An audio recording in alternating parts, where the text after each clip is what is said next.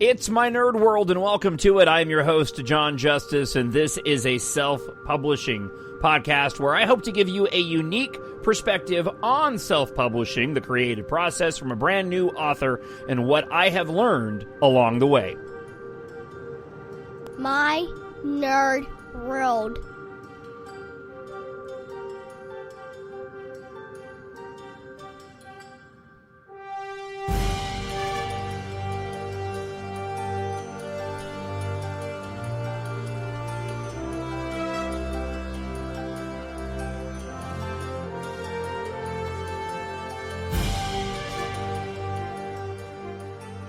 I am Jon Justice, and this is my Nerd World, a self-publishing podcast. I'm glad that you are with this brand new show. I've been kicking around the idea of doing this show for quite a long time, but it seems like there is a level of interest from those that know me from my other podcasts, the Star Wars podcast and my Depeche Mode podcast, that perhaps, maybe, I have something that I can offer for those that are interested in self-publishing, the creative process, or just science fiction. I'll be focusing quite a bit on my own personal writing in this podcast, and so far, that's my intention, is to write science fiction novels. So I'm glad you're with the show, and you can always email me, TalkShowNerd@gmail.com. If you are listening to this on YouTube, you can leave a comment up on YouTube as well. I had an idea to do a self-publishing podcast, I don't know, about a year, maybe a year and a half ago. And I'll get into the timeline for those that aren't quite aware of when I decided to become an author. I actually already have one show up, and that was a show that I did a year ago. But then I kind of put the idea aside and really wanted to focus on my Star Wars podcast. But now that I've got two novels under my belt and the third one in the opening trilogy of the series of books I'm going to write, I decided, you know what, I'm going to go ahead and do a self-publishing podcast. And maybe, those that are interested in, just like I said before, the creative process, even beyond self-publishing, I can help out. There's a lot of self-publishing podcasts that are out there. There was one in particular that I really enjoyed listening to, and it was the science fiction and fantasy self-publishing podcast, and they stopped doing that show at the end of last year. What I hope to offer on the show is a different perspective from what you normally hear in your self-publishing podcast, because I haven't figured this stuff out yet. Having written only 2 books and having had some moderate success, and I'll share with you here in a bit sort of the numbers as it relates to the books that I've sold and the process that I use. But I don't have all the answers, and I'm learning as I go along. As you'll find out, and I'm not going to spend a lot of time on this particular show getting into it, but when it comes to advertising and the promotion of books, this is where I still have not wrapped my head around it. And I've listened to a lot of different podcasts on the subject, and especially when you're trying to navigate Amazon ads, it is a really, really difficult process and something that you have to stay on top of and you have to get right. There are some shows out there that offer the Mark Dawson School of Publishing. I know he offers seminars that you can pay for where he teaches you how to go and market your books and how to do Amazon ads. And this is something that I've looked into quite a bit, but I just haven't decided yet to pull the trigger and to go and take part in any of those seminars yet. And it's mostly been because I am such a new author that the takeaway that I've gotten from a vast majority of the self-publishing podcasts, self-publishing authors, has been you need to get a handful of books kind of under your belt before you can really see your books take off. People want a series of books. And so if you're a brand new author, individuals are going to be very hesitant more hesitant to go and try out your book because it's your first novel. And so far, I've seen evidence of that. My stories are EMBARK, and EMBARK Book 2, Treasure in Darkness, and then Book 3 will be The Vanishing War, which will be the third book in my opening trilogy, and I'll get into more of this a little bit later on. But I've already seen that releasing the second book really helped to increase the sales on the first book. And so far, based off the numbers that I've sold, it seems to be definitely, one is definitely helping the other. So my hope is that when I get The Vanishing War out, I'll be in a better position having a completed series, doing that thing with my fingers, of 3 books that tell a complete story arc, that I will see a surge in sales, and then I can really start to get into how the Amazon ads work and hopefully capitalize on it right now. It's a pretty even split. I've made some money on my books, but I've also spent quite a bit on advertising. And I'm not quite upside down on that because this has all been trial and error.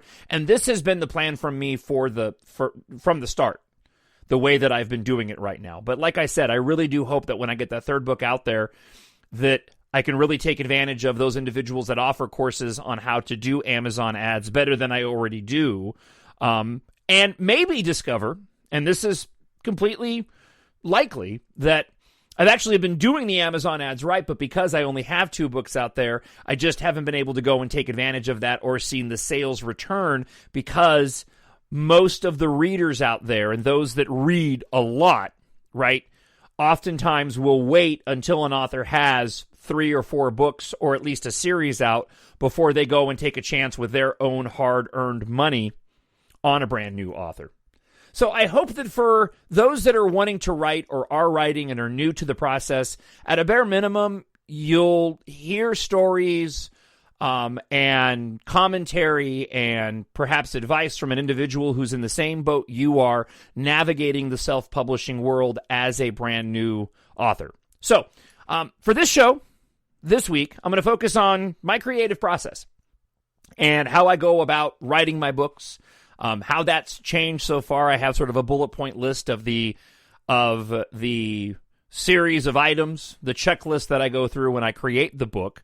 I'll also talk a little bit about the advertising, but I'm going to focus that on other episodes. And then I do have several emails from you who have emailed from other shows, my Star Wars podcast or my Depeche Mode podcast, who have questions with regard to my science fiction novels and the writing process that I'll be sharing with you. And then also I have a lengthy review of EMBARK Book 1 and Book 2 from a fan of the Star Wars podcast, but there's a lot of really good, relevant commentary when it comes to self-publishing, especially when it comes to the creative process, that I hope I can share with you.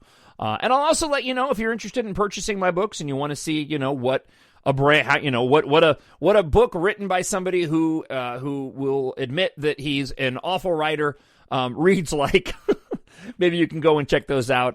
Due to the current pandemic that we're all dealing with, I've got both of my books currently marked down. The ebooks marked down to 99 cents and the paperbacks marked down as low as I could possibly mark them down. I don't make a lot of money off that, and I'll talk a bit about that coming up. I don't make hardly any money off of it, but I'm really hoping that perhaps, I can provide some joy into people's lives as they're stuck at home, wherever you're living, while we wait for this pandemic to play itself out and maybe, give you some fun, light reading. My books are written very specifically to be written for all ages.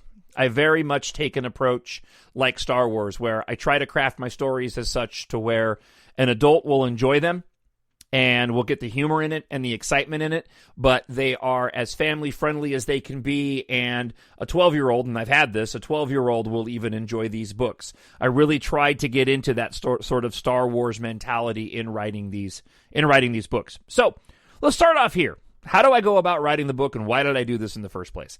For those that listen to that initial podcast, I'm not going to tread through that ground again. I'll kind of do the short version, and then I'll get into a bullet point list of the process that I go through when I'm writing my stories. That's been consistent with all 3 books and the 4th book that I'm already almost finished with.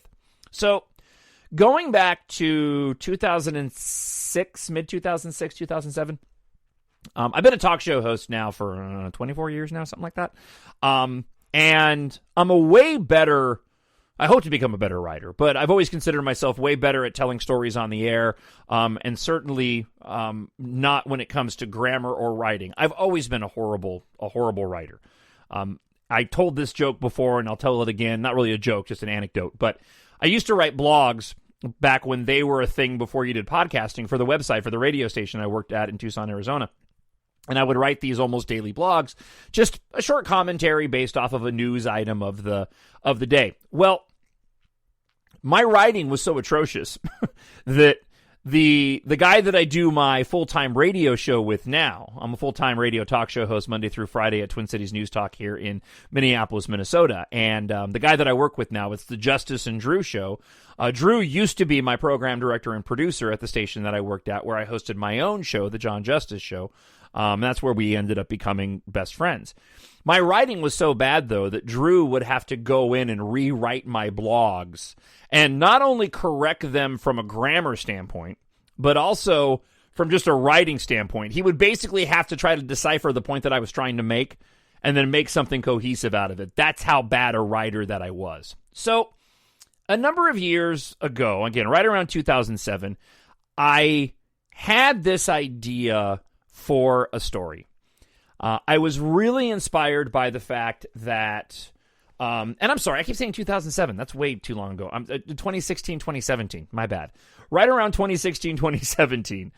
I was really inspired by the resurgence of Star Wars and The Force Awakens, and I'd always been a Star Wars fan since I was a kid. I was a fan of Star Wars before I was anything else, but I was just really inspired by the creative process.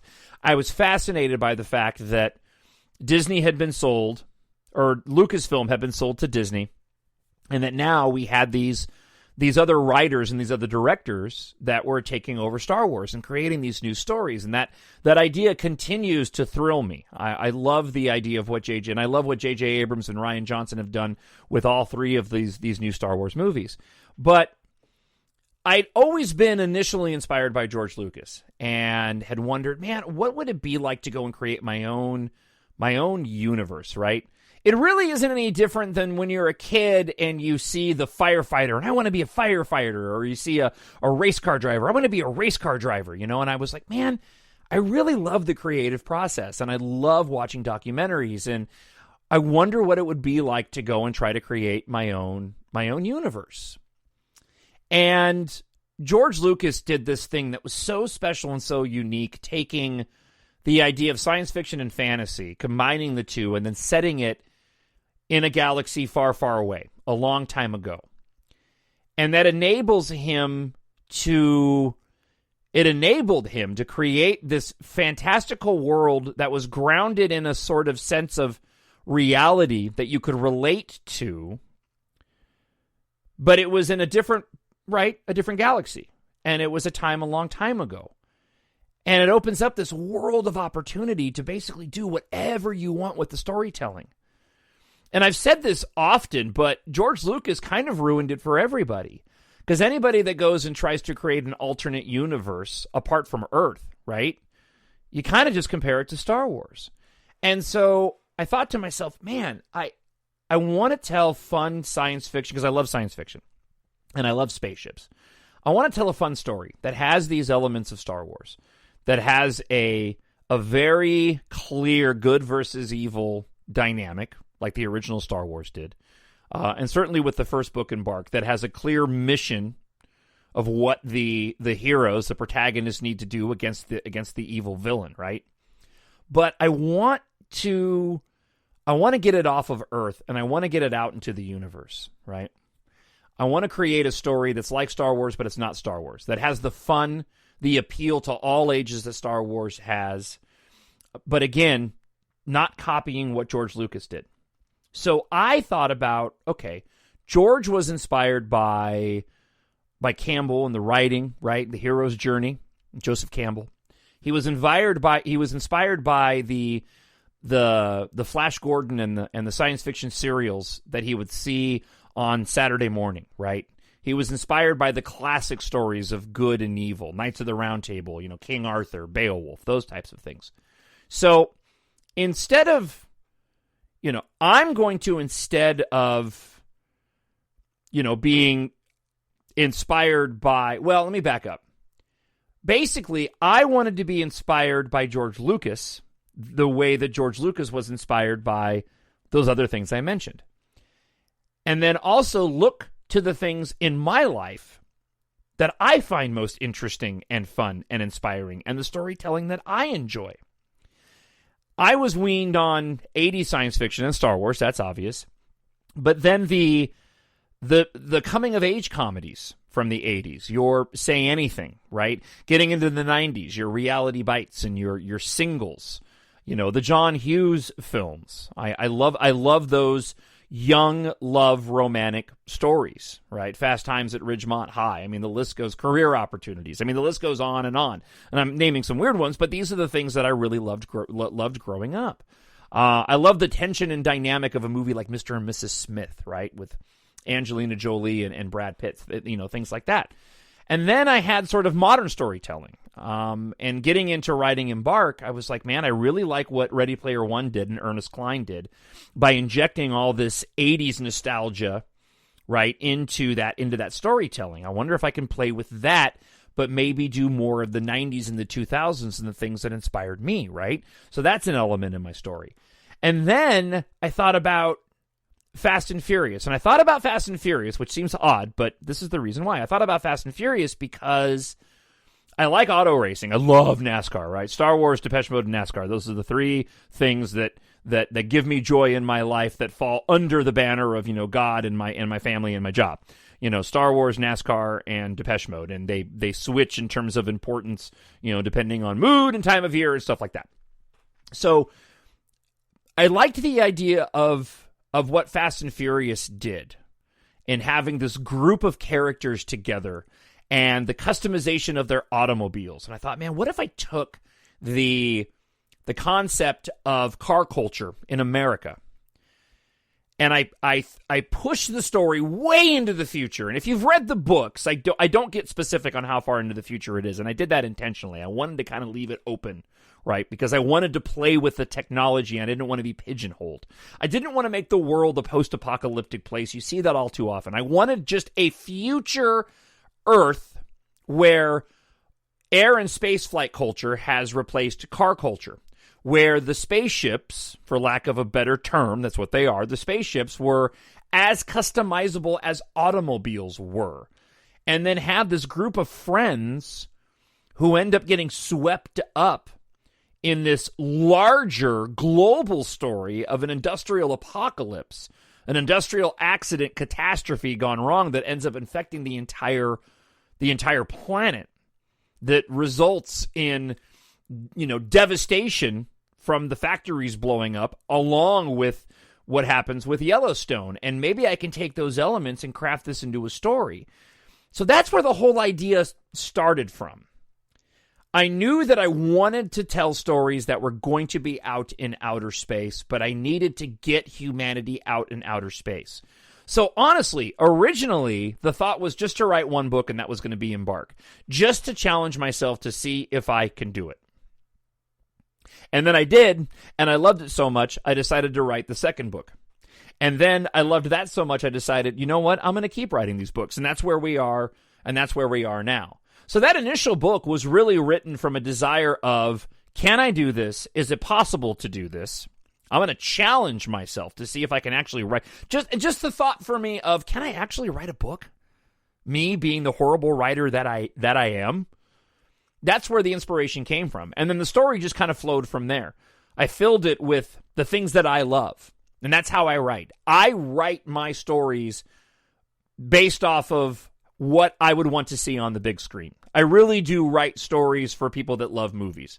The books are written, and if you've read them, you probably know this, but the books are written in such a way, it's third-person omniscient, where I get into the heads of all the characters, there's a narration going along with it, and I can really open up the story instead of being sort of a first-person focus. They call it third-person omniscient. And so I really wrote this first story as a challenge to myself. Can I do this? And if I just write this one book, I'm going to make sure that I cap the book at the end with a very definitive finish, but leave it open in case I want to go and expand the story. And that's exactly what I did. So I started writing EMBARK probably late. I started writing it in 2015, now that I think about it, because I had to backtrack to when I came up here to Minnesota. So I actually started writing it probably early 2015. And then I wrote a little bit of it, and it was really just hammering out a story, not paying attention to grammar, not paying attention to sentence structure or whatever, just getting words down in my notes on my my Macintosh computer, right, on my Apple computer, and just hammering away at the keyboard and just not even thinking about it. When I got here to Minnesota, I really decided that the job that I do now, the hours that I have, really opened up the ability for me to go and really spend time every day writing, and that's what I did. So over the course of, I guess, 2015, 2016, and then into 2017, I just would write every single day. And so we got into late 2017, and I was really close to having a story done at about 120,000 words. And sure enough, I sat down, and I remember there was one day where I finally sat down. It was going into the, so this would have been July of 2017, because the book came out in 2018. I remember I sat down and I wanted to have it finished before I went into the July 4th holiday, and I sat down for about 8 hours and I hammered out the finale. The book was an utter mess when I first wrote it. It was nothing short than a complete disaster, just from a reading standpoint. I actually have copies of it. It's nearly impossible to read just because I was just not caring about spelling or grammar or anything. So the next step in the process was I went through on the first book and I purchased Grammarly. Okay. And I did this different on the second book, and I'll explain. But on the first book, what I did was once I finished it, I went back to the beginning of the book, and I basically went line by line by line and tried to clean it up to the best of my own personal ability. That took a couple of months to go through and to do that, because I am working a full-time job as a talk show host. Once I was done with that, then I went and purchased Grammarly, and I put the entire book through Grammarly, and I let Grammarly clean up the book as best as I possibly could. Grammarly is far from perfect, and I know there's a lot of authors out there that use other programs that perhaps I'll look at some point in time, but right now, this is kind of the system that I have. So I went through the entire book, I put it all the way through Grammarly in big, massive chunks, and that took another, a couple of weeks. Didn't take that long, a couple of weeks. But you throw it into Grammarly, and if you haven't used Grammarly before, you put your text in Grammarly, and then you can actually choose what kind of tone that you're looking for. What kind of speech? Do you want formal or informal? Or do you want sort of an optimistic approach to this? Are you storytelling? Is this something more on the technical side? So you can choose all of these different parameters inside of Grammarly that kind of fit the kind of story you're telling. And then Grammarly will go and give you suggestions on ways to improve the writing or fix the grammar based off of what you've put in terms of criteria. So once I got it done with Grammarly, I handed it over to my wife, Melinda, and then she went through and did what I call an editorial edit. She went through the entire book, cleaned it up even more because she's fantastic with grammar, and made sure that, one of the big issues I had when I wrote the first book was just incomplete sentences. Because I'm a talk show host, I write like I talk, and so because of that, my writing gets really wonky because I'm writing sort of like, again, the way that I would speak it. And oftentimes, I'll stop talking and then I'll pick up talking again, right? And so, in my mind, I'm thinking that's two complete sentences. But the reality is, no, it's not. That's actually a sentence fragment. That's not a complete sentence. So she spent a couple of months working on the first book because it is a lengthy book. So once Melinda had the book finished and completed, the next thing I did on book one was I reached out to a handful of individuals through my other podcast, my Star Wars podcast, where I talked about writing the book, and said, hey, I'm looking for beta readers. I went online and I found a series of 16 questions from an author who says, when you give a book to a beta reader, somebody who's going to read the book before anybody else, before you publish it, you're going to give it to a handful of individuals that you choose and that you trust, because you got to be able to take criticism, and have them read the book and see if there's anything that's consistent between the individuals about the story that you can perhaps go and change that maybe you missed or the editor missed. Okay.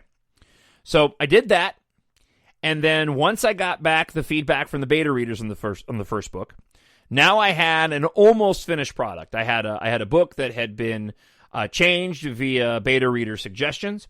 I had a book that had gone through the editorial process because my wife had read it and made a lot of changes and grammatical corrections to the best of her ability.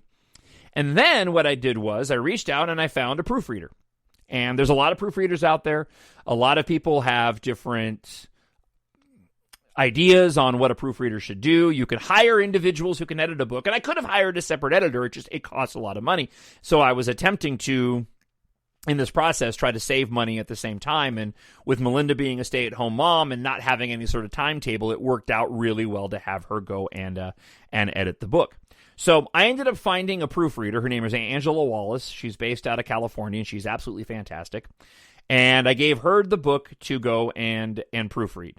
You're going to be spending, at least I did for Angela, anywhere between maybe $300 and $400 for the proofread, depending on how long it takes them to do it. And the prices are going to vary wildly depending on who you hire.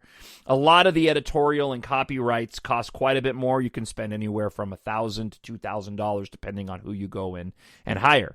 I had some individuals on the second book that I reached out to do an editorial edit on it, and they simply didn't like the way that I had written the story. And it didn't seem to align with them, and so they didn't want to edit it, which is really interesting because I never had any issues with that. But there's some people that are just particular. So if you're looking at self-publishing, be prepared to have some individuals who you hand the book to, and perhaps they just see like it's going to be too much work, or they don't understand the writing. Maybe they're not into the story, and just anticipate that that's going to happen.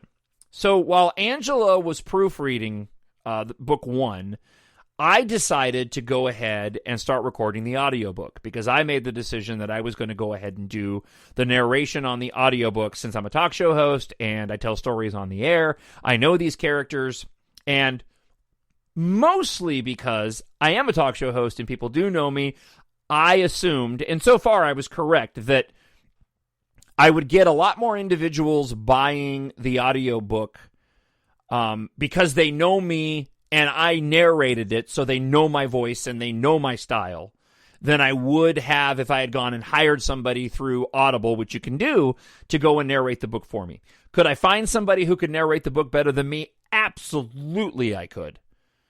But I find it really enjoyable to narrate these books, and people seem to have enjoyed them. I will say that when it comes to producing your own audiobook, it is a daunting and lengthy process. Because I do all the editing on it, and when you sit, the book one of EMBARK is 12 hours long. So, there are hours that you have to put in. You have to read the whole book, multiple takes. Then you have to go back and edit the book and take out those multiple takes. Then I had to go through the book, and I actually went and added in little tiny effects, specifically when it comes to when characters are speaking ship to ship over the comms. I added in a little bit of an effect on the voice to make it sound like they were. If somebody was speaking through a helmet and it was supposed to be distorted, I added that as well. I had an idea for a while of actually doing a fully produced book, and I had actually produced a chapter of the original book with sound effects and all, but it was going to take me forever to go and do a production like that.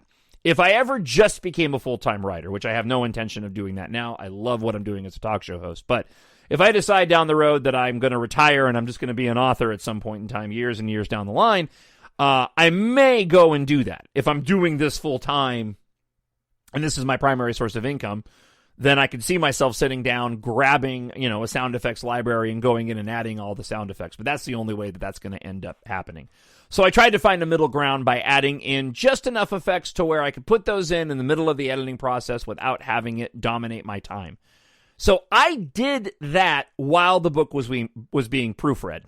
And I did that while the book was being proofread because I knew that while narrating the book and recording the audio, I could fix any mistakes that I personally came across.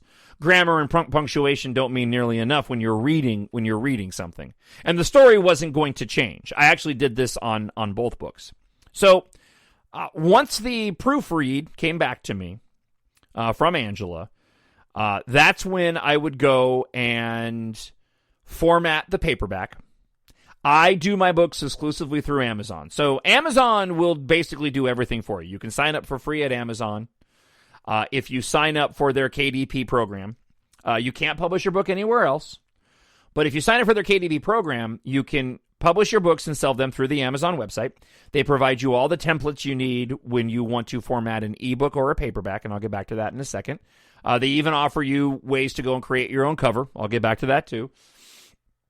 And you're enrolled. If you choose to sign up for KDP, you lock into a 90-day period where you're enrolled in their Kindle Unlimited program, which provides you the opportunity to make more money because they put it in their Kindle Unlimited program for people that sign up for Kindle Unlimited, like you do for Netflix. People pay $10 a month, and they can basically go in and read any book that they want, and then I get paid off of the page reads. Each book is assigned a certain number. So like for EMBARK, the number is 688. And then for EMBARK Book 2, Treasure in Darkness, the number is 509. So those are the numbers that correspond. So for every 688 pages, I get paid X amount of money, and that equals a book. And so far, over the course of 2 books, that's proved to be really lucrative. Because you may go about a day or two and not have any book sales, but people are still reading your book because you can see how many pages every day that people read via Kindle Unlimited. So I made the choice when I did the first book to have Angela, who did my proofreading. She also does the ebook formatting. I pay her to do the ebook formatting because I haven't quite figured out how to do that yet, and she doesn't charge a whole lot for the ebook formatting, and it's worth it for me to pay her to do that because it's time-consuming. I do edit the paperback version myself. Amazon provides you a free template to do the paperback version. So you cut and paste your text into the template, and then you basically have to just go page by page and make sure it's formatted. You're formatted and designed correctly.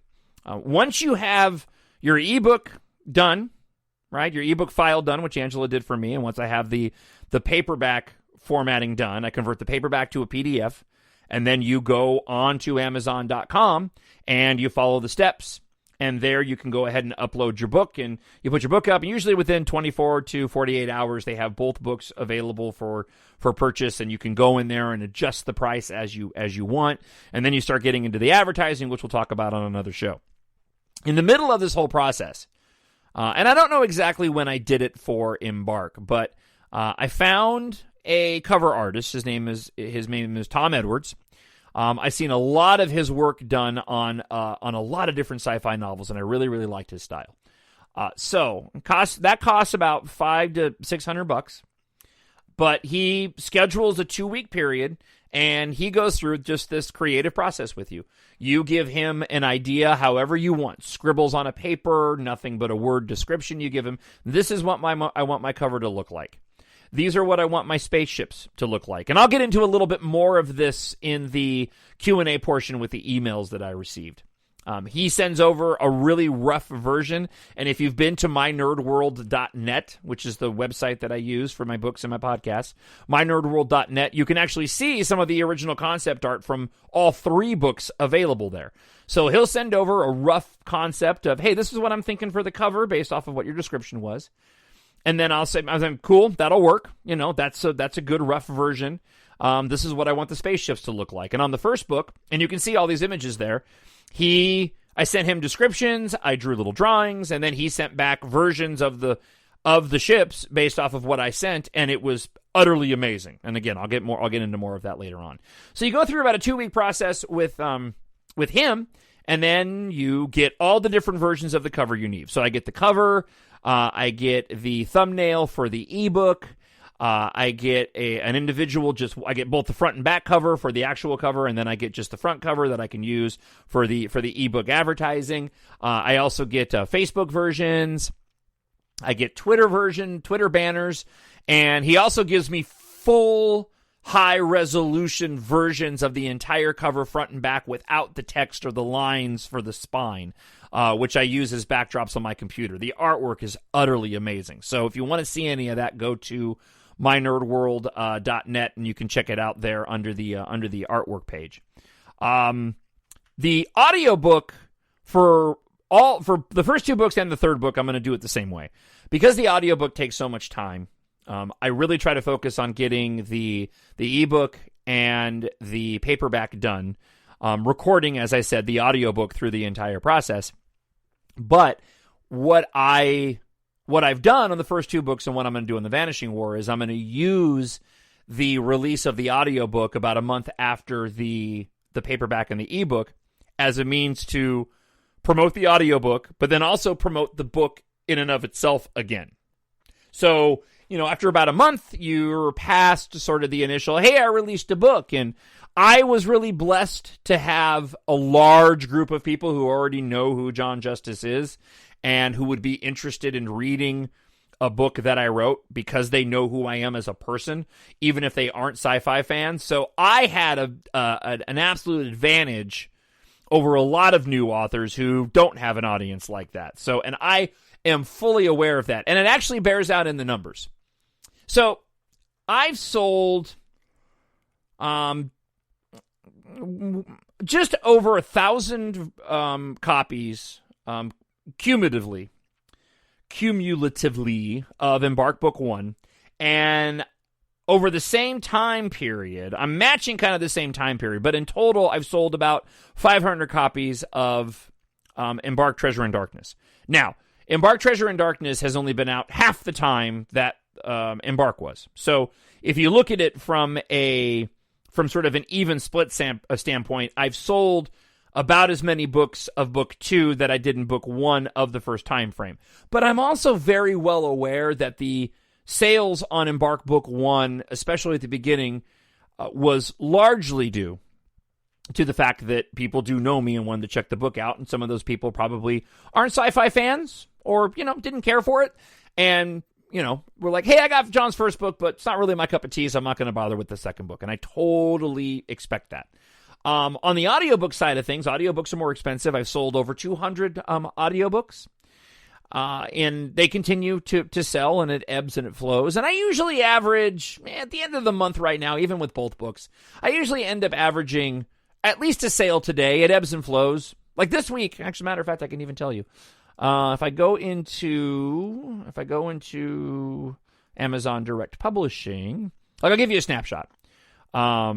So I have sold...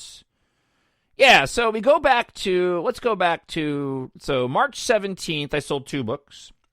Nothing on the 18th, 1 on the 19th, nothing on the 20th, nothing on the 21st.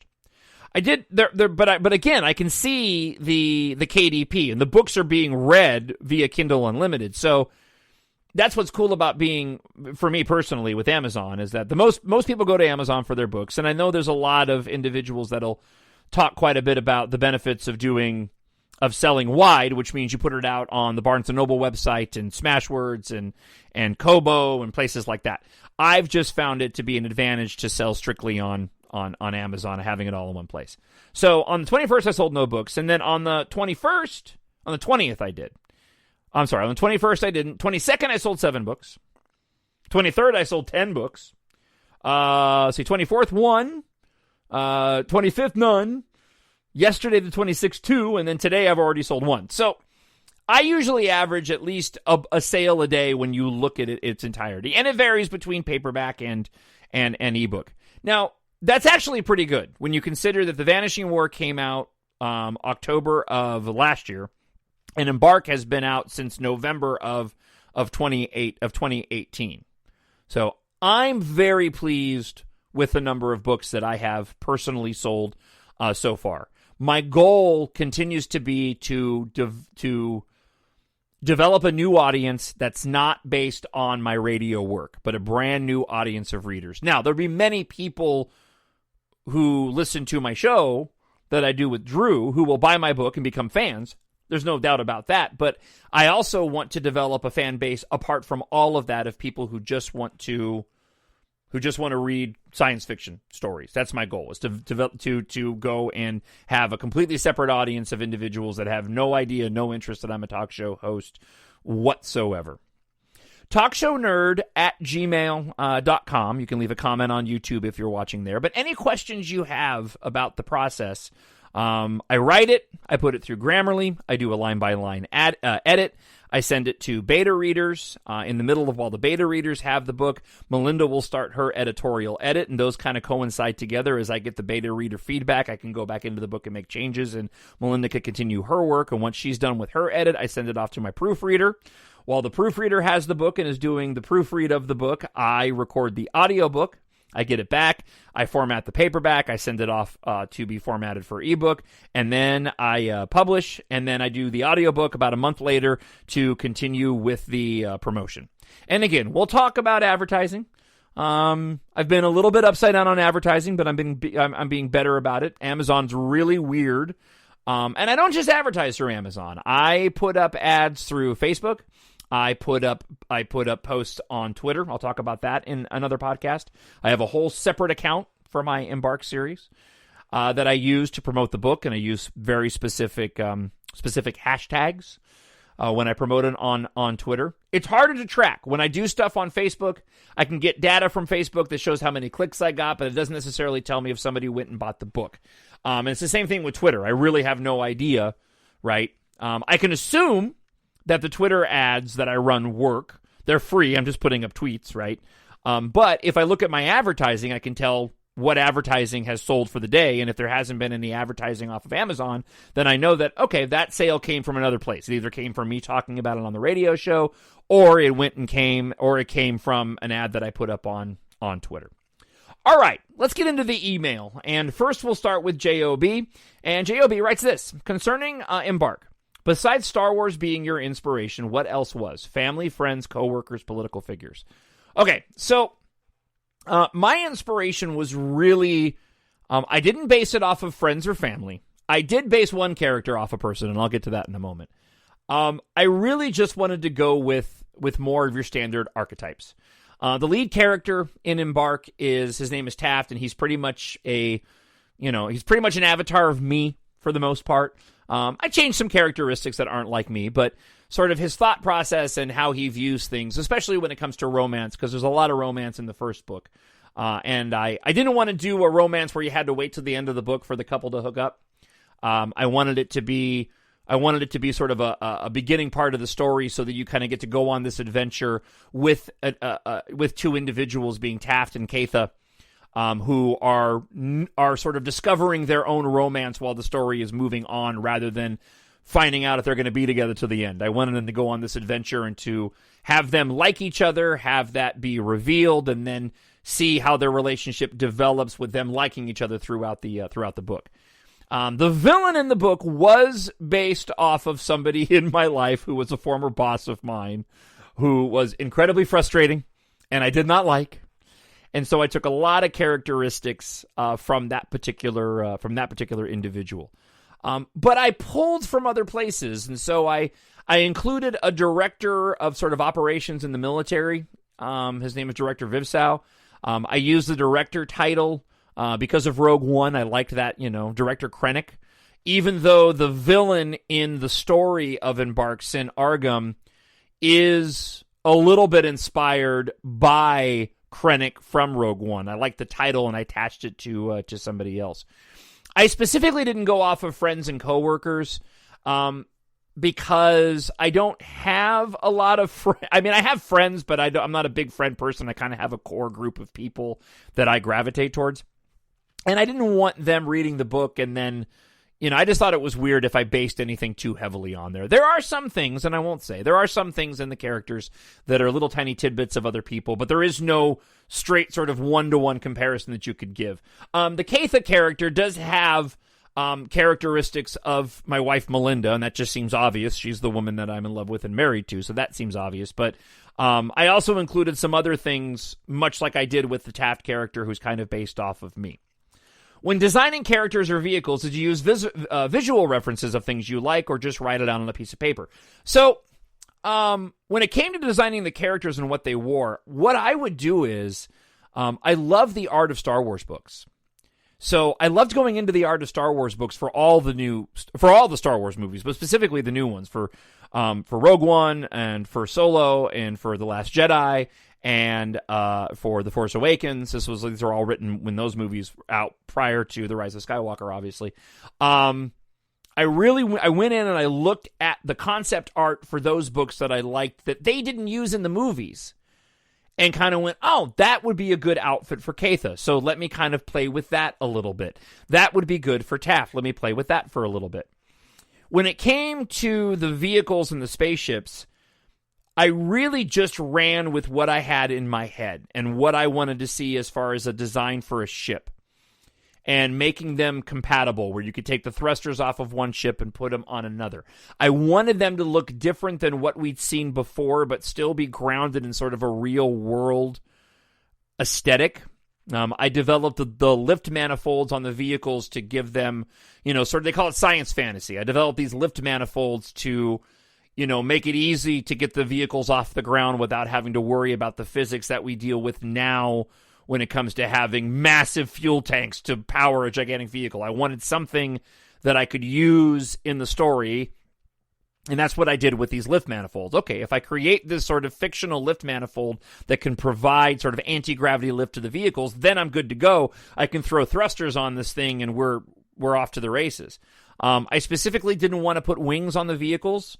I like the idea of having them look different, but still have sort of a sense of familiarity with sort of the rugged look of them. And really, the look of the ships ended up being quite a bit different than the doodles that I did. I did some drawings, and I still keep the artwork of what I thought the vehicles could look like. But Tom Edwards and Tom Edwards Designs did such a fantastic job of taking my really rudimentary drawings and my descriptions and then applying his own work to him to create what he did when it comes to the main vehicle, the Anniversary, which was always intended to be sort of my series Millennium Falcon, and I love what he did with that design. It's much larger than the Millennium Falcon. You could fit about 4 T-Crafts in the hangar bay. T-Crafts are about the size of a large truck, if not just a little bit bigger.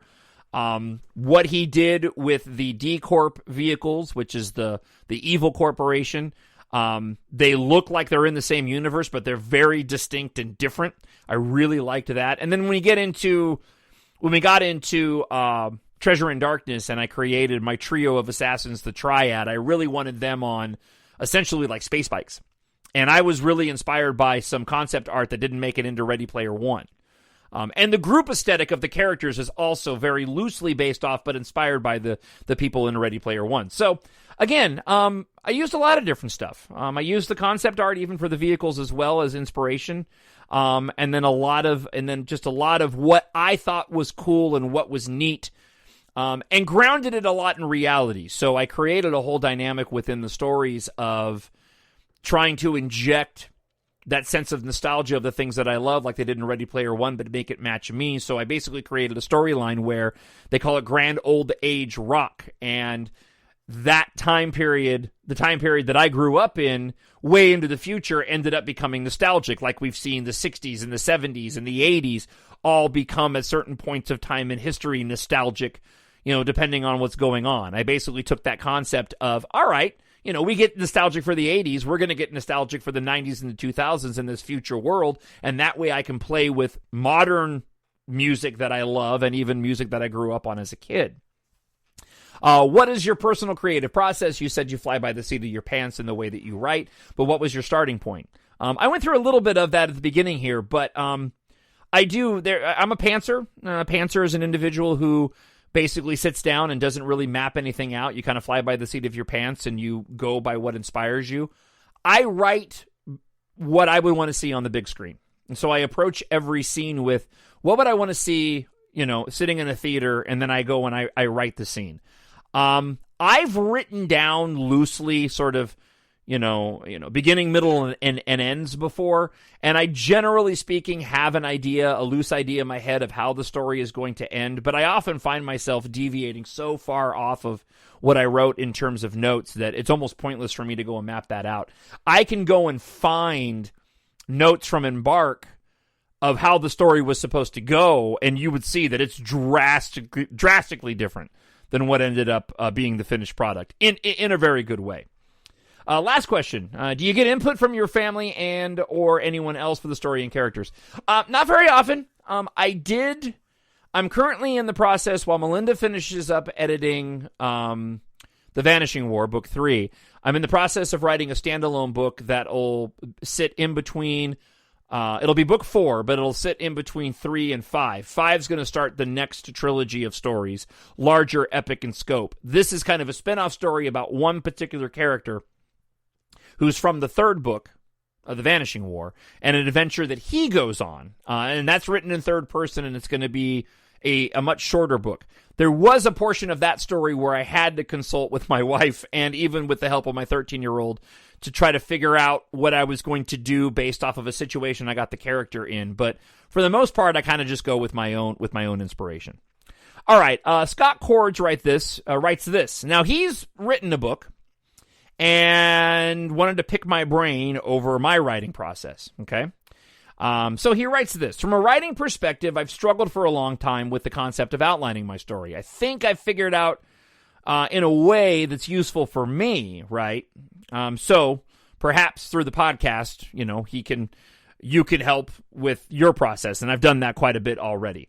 I tend to have a lot of characters in my work. I use a map to keep track of them. I hear a lot of people that do that. I struggle sometimes with how to name them as opposed to, and how to describe them. Another issue is coming up with names. You can only have so many Bobs and Toms. How do you do that? I come up with names by shortening words that are already in existence. So, I'll give you a prime example. I'm staring at a poster of The Force Awakens that has the date December 18th. One of my main characters from my EMBARK series, he's kind of a stupid officer in the evil D Corp organization. His name is Akins Ember. If you're staring at this poster, you can see where I got it from. Force Awakens, Akins, I just dropped the AW, and then December, I dropped the DEC and I went with Ember. Akins Ember. I've done that with so many of my characters, you have no idea. My thought process here, and I don't know if this works or not, this is just what my thought was. My thought was, if I take existing words and I find a word or a name, a unique name in a word by dropping a few letters, perhaps people will gravitate towards them more because they're seeing something familiar and they don't even realize it. For example, I'm looking at the word force right now, and I'm just realizing that perhaps the Orsi, I like Orsi quite a bit by dropping the F. So, I'm looking at, actually, I can look around the room right now. I won't get into it because I don't want to bore you with all this nonsense. But if you sat where I sat, it's kind of like if you ever saw Usual Suspects at the end, where you see the inspiration for Kaiser Soze when the guy looks around the room and he sees all the things that he was mentioning during the commentary throughout the movie. That's kind of partly where I got it from. So if you sat in my desk, you could actually look around my desk and you could see, oh, that's where he got Ashley. Oh, that's where he got. Katha was different. Katha was sort of a combination of my wife's name. So I kind of did an amalgam on her first and last name to make up her name. And Taft was always just a name that I liked. I always liked that. I liked that name quite a bit. So another thing is that my fantasy storylines take place in a world where you have to use horses and ships to get around. I geographic disparate groups. So time and calendars become important in making sure that doesn't generate any holes. I have a plan for what I'm going to write, but I also capture key actions, events, and characters and groups tied to dates after I get the written content. I'm curious how you manage the sort of things that I'm spending time with. I don't know anybody who's actually writing anything. I have a couple of friends who review my stuff, but nobody to discuss the process or issues with. I have a couple of friends who think they want to write, but they never have, and can't seem to comprehend the actual logistics of building and managing a storyline. So, on the first book, I just kind of went with it. And the process in the first book ended up being way more linear than I ended up expecting it to be, and I didn't really have any continuity issues on the first book. That was different when it came to writing Treasure in Darkness and when it came to writing The Vanishing War. Especially with Treasure in Darkness, because Treasure in Darkness I really wrestled with. The first story was easy because it was based on Earth, and so I could play a lot with locations on Earth that I knew about already. You didn't have to spend a lot of time discussing them. I spent a lot of time talking about the tech. When it came to Treasure in Darkness, now I'm in a completely different ballgame because I have environments that I have to create, and I'll get into that in a minute. I had environments that I had to create, and I had to make sure that things matched up. So I have a giant white dry erase board that I used in the middle of the process where I would basically just put notes down on to keep track of the number of ships and the locations and stuff like that. I probably didn't use it as often as I thought that I would, but it did prove helpful at times when I got confused. And that's also where beta readers end up coming in and can do a really, really good job in helping you out. Because the beta readers, and there's one beta reader in particular, Ken, who does a fantastic job of really pointing out those particular items that may not align. And that was certainly the case in the third book. Because the third book, it ends up being, there's a lot of war going on and a lot of different elements happening at the same time. And Ken did me a spectacular service in pointing out some inconsistencies that I was able to go back and correct. But I guess I would just say, Scott, find what works for you and then go with it. There is no set answer. There is no right answer. Just find out what process works for you and then, and then roll with that. That's what I did in the middle of this process. And again, there is no right or wrong answer. Severin wrote me. Severin is a listener to my podcast and also wrote me this fantastic write-up about my stories. And I wanted to share with you just a few things from Severin and talk a little bit about that. And I share this with you to inspire, maybe, I don't know. Hopefully you're inspired to write, to see what can happen when you put your thoughts to the keyboard to write a story, because what Severin writes in this lengthy review of the books, she zeroes in on things that I never told her about, but things that I intended to do that she picked up on, which I thought was great. So, here's some of what she wrote. For EMBARK Book 1, while the story is set in the future, because it's based on Earth, the events and culture are relatable and understandable. That's exactly what I was going for. Most science fiction fantasy stories don't bother to make things seem possible. Instead, it seems as though the recurring trend for the past decade or so has been to outdo everyone else with visual and or technological impossibilities, right? So with EMBARK Book 1. Fantastical, yes, but still relatable and not so far of a stretch of the imagination to see a future being the way that it is for Taft, Katha, and the rest of the gang. I'll be honest, even though the illogical and unscientific explanations or complete lack thereof for crazy fictional tech don't bother me at all, that's pretty much all Star Wars is, I really do like it when we do get explanations that don't seem too far beyond real-life capabilities. And again, this was so inspirational to me because that was always my intention all along. It's science fantasy, things that don't exist, but I wanted to at least give the reader something that they can go, okay, I see how that works. The general visual aura I get from reading Book 1 reminds me a little of what you get from movies like Blade Runner and The Fifth Element, and especially Total Recall. All three of those movies did serve as some minor inspiration for the storytelling, and I didn't tell her that. But not as nearly dark or dystopian. That was also intentional. As stated above, not as hard to comprehend how the technology advanced and what the space travel capabilities are. I will say that I did have some people who criticized me, who did not like the fact that the tech didn't align with what they thought was reality. And I'm totally okay with that because that was my intention. I wanted to really ride that line when it came to the believability that you have for Star Wars, where you just accept these ships can fly, right? And you don't really question it. I wanted to ride that line where I'm going to give you just enough to where you can kind of accept it, even though it doesn't make all the sense in the world, especially when it comes to traveling between planets. I really took a lot of liberties there. I feel like the tone of the story is a lot more cheerful than films we get like Blade Runner. That's probably because we're experiencing the story with young, generally healthy, generally cheerful 20-something-year-olds instead of depressed, old, aging cops, right? I can definitely see some parallels to the Fast and Furious story beats. Only a lot more family-friendly and lighthearted. Again, that was intentional. Any reservations I previously had about becoming a Depeche Mode fan have been thrown out the window. Taft, one of the main characteristics of Taff is because is that he's a massive Depeche Mode fan, and I filled the book with direct and indirect Depeche Mode Easter eggs throughout the whole writing process. She says, Sounds of the Universe is probably going to be my top album of 2020. The fact that Keitha likes Churches surprised me. They have a way girlier, sweeter vibe than I thought she would be attracted to, but it just goes to show that someone's music preferences can sometimes be the most surprising and the most revealing thing about them. Okay, what's interesting about that from the creative process is I was way, and I still am, was way into Church's album Love Is Dead in the middle of when I was wrapping up writing the first story of EMBARK. And I intentionally made Keitha a fan of Churches because I was listening to so much Churches. And I even included as some story beats some of the visual elements of the Churches album Love Is Dead, even to her wearing the necklace and a t-shirt from them. And I kind of intentionally, and this is good, and if Severin, if you're listening, here's an explanation to this. I get what you're saying, it's a girlier, sweeter vibe. From a lyrical standpoint, though, the lead singer of Churches has an edge to her. And the lyrics do too. And I really saw a parallel in the lead singer of Churches and the musical content with Keitha as well.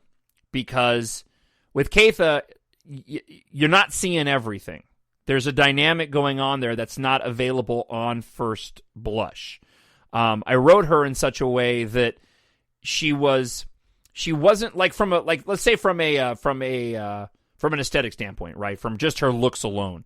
She's a good-looking girl, but she's not going to be good-looking to everybody. But for Taft, she was gorgeous.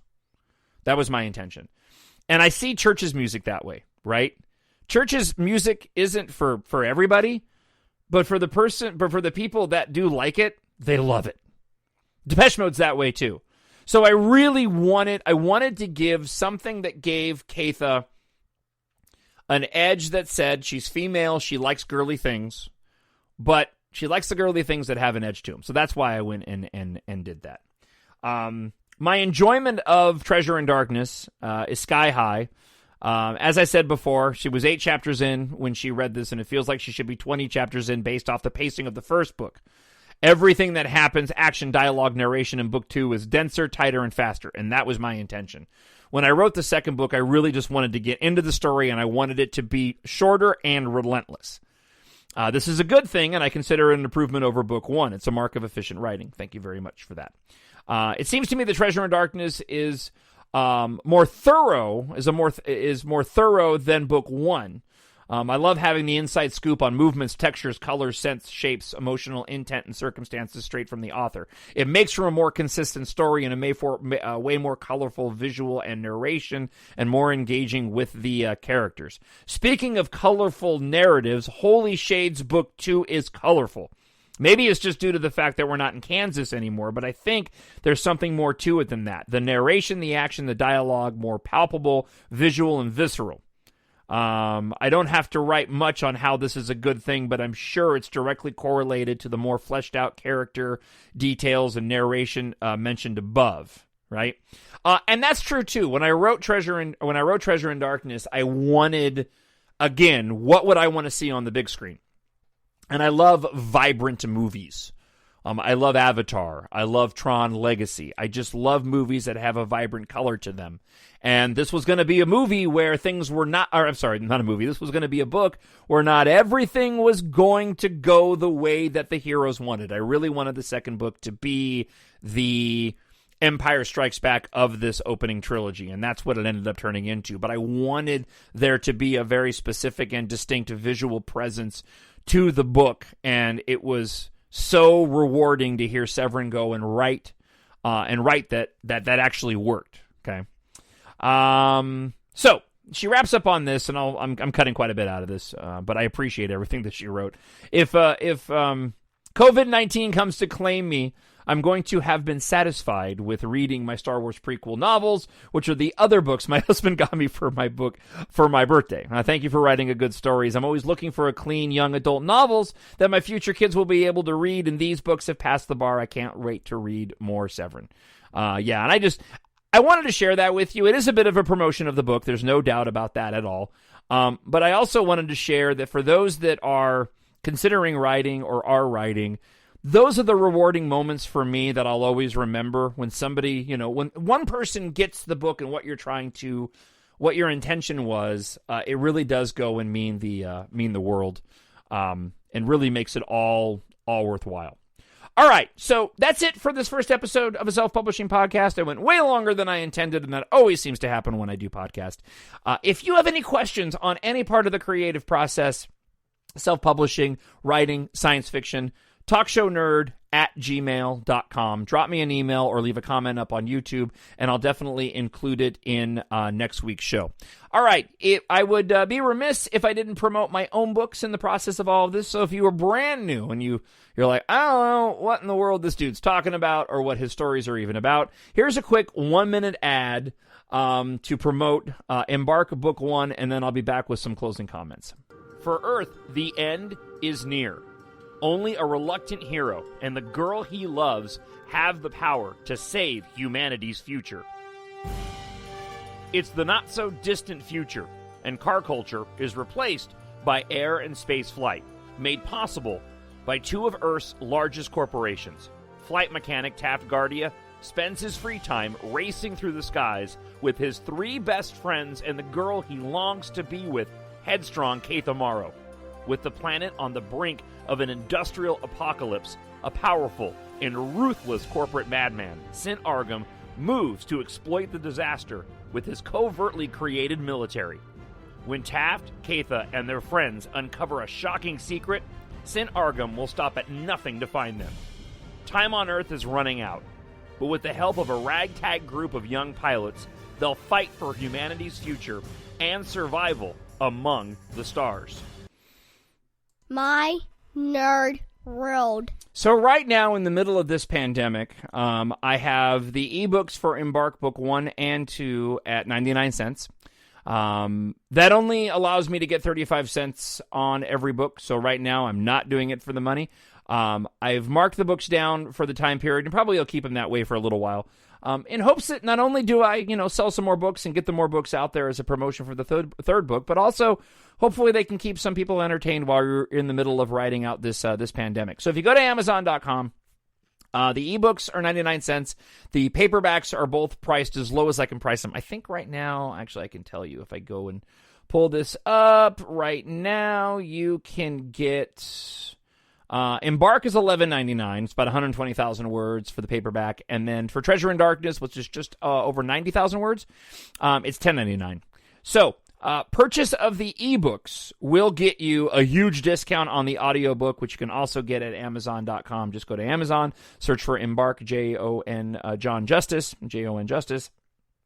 And if you purchase the ebook, and even if you don't read the ebook and you want to just listen to the audiobook, buy the ebook and give it to somebody else. You can gift it to a friend right there on the sale page.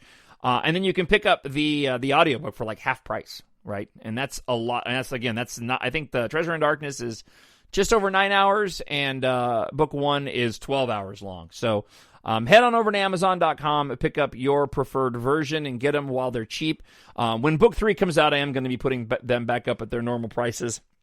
Probably $2.99 for EMBARK, and then $4.99 for Treasure in Darkness, and $4.99 for the new book. So if you want to support the podcast, again, head on over and purchase your copy if you haven't done so already. If you have read the books, right, if you're listening to this as a crossover from my other podcast and you've read the books already, please go and leave a positive review for either one. Reviews help sell books, and I can use more reviews for both books. Definitely for Treasure in Darkness, because it has not been out as long as EMBARK. So your reviews would be greatly appreciated. So that wraps up the show this week. Stay safe and healthy. I'll be back again next week, hopefully with your comments and questions to TalkShowNerd@gmail.com. Until then, like I said, be healthy and safe, and I'll talk to you next week. My nerd world.